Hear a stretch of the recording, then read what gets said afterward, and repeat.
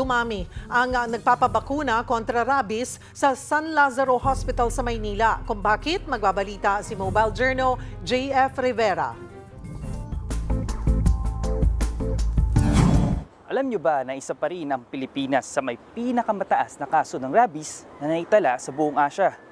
Dito sa San Lazaro Hospital, dagsa ang mga nagpabakuna matapos mag-viral ang post na gaya nito.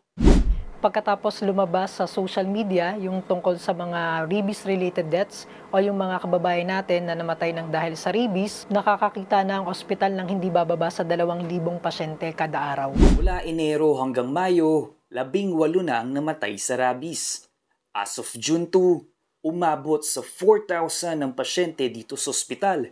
Isa sa pinakamarami na naitala sa loob lang ng isang araw. Talagang dito sila sa San Lazaro dudumog. Dahil sa private clinics, kada turok lang ng gamot o bakuna, nasa 2,500 pesos na.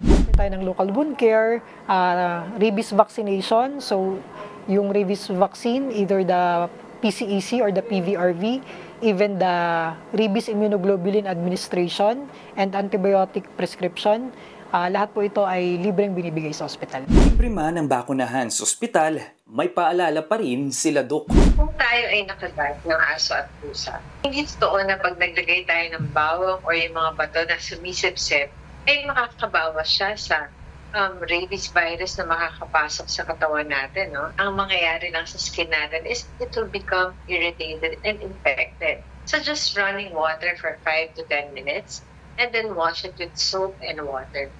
Kung maaari at kung available naman yung mga bakuna sa inyong mga local government units at sa kanilang mga animal by treatment centers, ay doon magpakonsulta ang ating mga pasyente. Kung makagat o makalmot man tayo, marami ng paraan para makaiwas sa rabies. Kaya sana wala nang mamatay sanhi ng rabies. Mobile Journal JF Rivera po, hatid ang mukha ng balita.